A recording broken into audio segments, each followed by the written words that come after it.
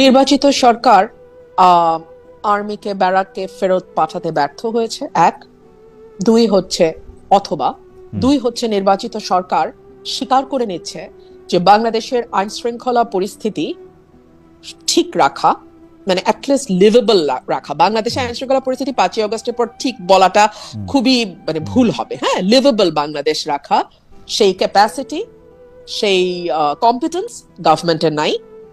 তিন হচ্ছে এই সরকার একই সঙ্গে এই বার্তাও দিচ্ছে যে আওয়ামী লীগ যদি রাজনৈতিকভাবে মাঠে নামে তাহলে তাকে মোকাবেলা করবার মতন তাদের সেই পলিটিক্যাল উইজডম বলেন বা পলিটিক্যাল স্ট্রেংথ বলেন বা পলিটিক্যাল কি বলবো পলিটিক্যাল ক্যাপাসিটি বলেন, সেটাও গভর্নমেন্টের নাই।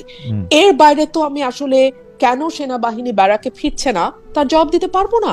কারণ একটা যুদ্ধ বিধ্বস্ত দেশ যখন ছিল বাংলাদেশ, সেই সময়ও কিন্তু বঙ্গবন্ধু বাংলাদেশের মাটিতে নেমেই ইন্ডিয়ান আর্মিকে বাধ্য করেছিল চলে যেতে ইন্ডিয়াতে।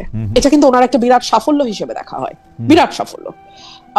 সো সেখানে একটা নতুন গভর্নমেন্ট, বাংলাদেশে কোনো যুদ্ধ হয় নাই, number one. Number two, Bangladesh কোনো ওয়ার অবস্থায় এখন নাই, আগেও হয় নাই, এখনো নাই।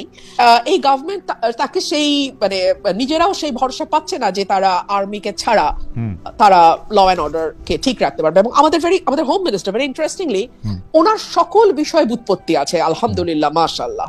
মানে উনি সংবিধান নিয়ে যখন কথা বলেন তখন আমার মনে হয় যে মানে আমাদের মানে সংবিধানের বড় বড় যারা মানে মানে কি বলবো বিশেষজ্ঞ ছিলেন এবং আছেন এখনো, তারাও খুবই থতমত খেয়ে যাবেন। হ্যাঁ, উনি এত ভালো সংবিধান বোঝেন, জানেন।